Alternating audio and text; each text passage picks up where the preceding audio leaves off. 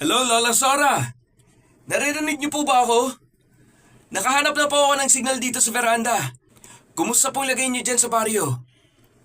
Lakan, apo. Bakit gising ka pa ng ganitong oras? Hindi ba't sinabi ko sa'yo na huwag kang masyadong maglalabas kapag madilim na ang langit?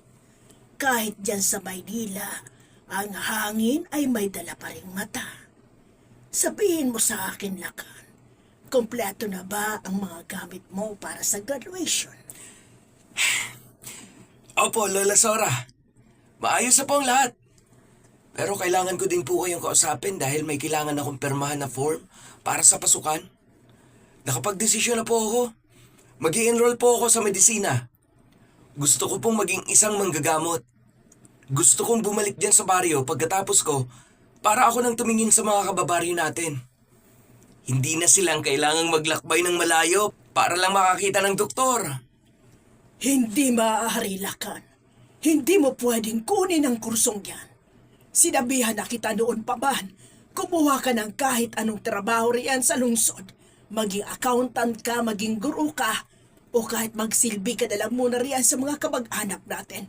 Pero huwag ang panggagamot. Huwag mong hahawakan ng sinig na yan, Lakan. Pero bakit to?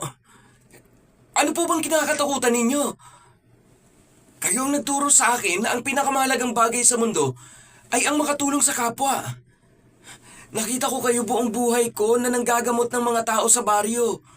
Bakit kapag ako nanggagawa sa paraang mas makabago at mas ligtas, bigla kayong tututol? Natatakot ba kayo na baka wala nang maniwala sa mga orasyon ninyo kapag may dalang tunay na medisina ang apo ninyo? Hindi ito tungkol sa akin, Lakan. Tungkol ito sa iyo. Hindi mo na iintindihan ang kasaysayan ng pamilya natin. Ang panggagamot sa baryo ay hindi lang basta pag-aaral ng mga libro. May mga bagay na hindi nakasulat sa medisina ng tao. Kapag binuksan mo ang pinto ng pagiging manggagamot, tinatawag mo ang atensyon ng mga nilalang na matagal ko na pinatatahimik.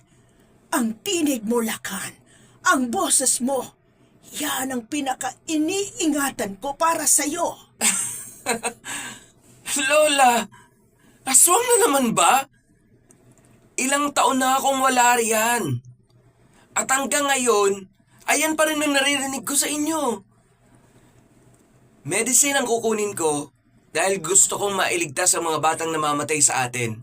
Dahil lang sa simpleng lagnat. Gusto kong maging katuwang ni Lolo Isko kapag mahina ng baga niya. Hindi ako titigil. Dahil lang sa mga kwentong panakot ninyo sa gabi. Lakan, pakiusap. Makinig ka sa lola mo. May alok na ang kamag-anak mo riyan, hindi ba?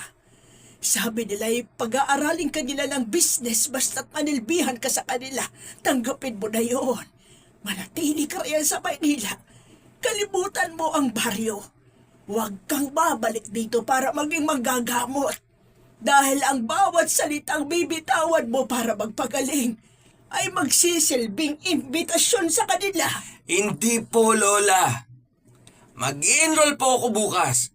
At babalik ako riyan bitbit ang aking diploma at ang aking stethoscope.